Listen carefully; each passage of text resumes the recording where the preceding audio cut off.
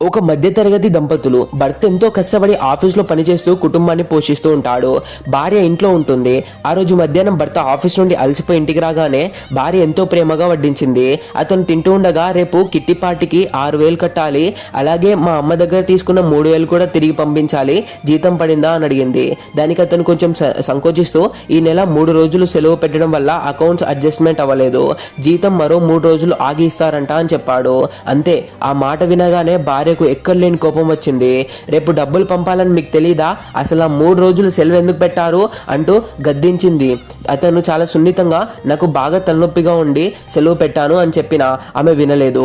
మీకు ఎప్పుడు ఏదో ఒక డ్రామానే, 2 నెలలు సరిగా వస్తుంది, మళ్ళీ ఇలాగే చేస్తారు, మీ అప్పుల వాళ్ళకు సమాధానం చెప్పలేక నా ప్రాణం పోతుంది అంటూ నోటుకొచ్చినట్టు మాట్లాడి వాడు తింటున్న అన్నం ప్లేట్ను లాగేసి విసిరు కొడుతుంది.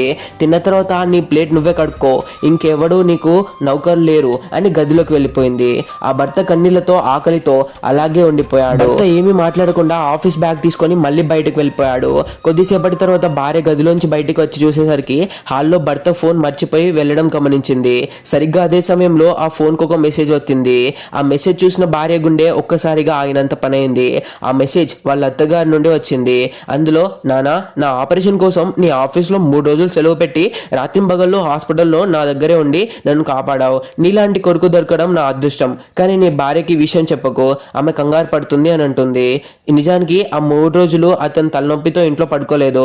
క్యాన్సర్తో బాధపడుతున్న తన తల్లికి హాస్పిటల్లో తోడుగా ఉన్నాడు. ఆపరేషన్ ఖర్చుల కోసం తన జీతాన్నే ముందే డ్రా చేసి హాస్పిటల్లో కట్టేశాడు. ఈ విషయం చెప్తే భార్య బాధపడుతుందని దాచాడు. తిండి కూడా పెట్టకుండా తను చేసిన అవమానాన్ని భరిస్తూ తల్లి కోసం అంత కష్టమైన భర్త గొప్పతనాన్ని తెలుసుకుని ఆ భార్య ఏడుస్తూ రోడ్డుపైకి పరిగెత్తుతుంది.